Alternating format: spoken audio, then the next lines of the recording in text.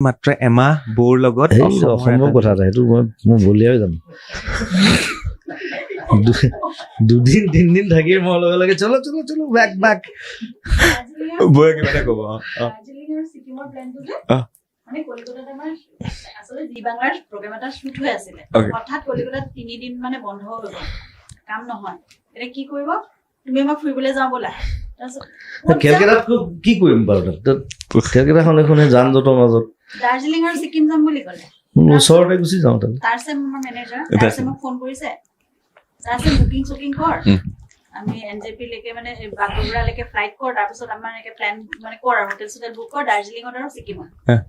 তাৰপিছত কিমানজন যাব জুবিন দা কোন যাব কিমানজন যাব দুজন যাম সিটো বিশ্বাস কৰা নাই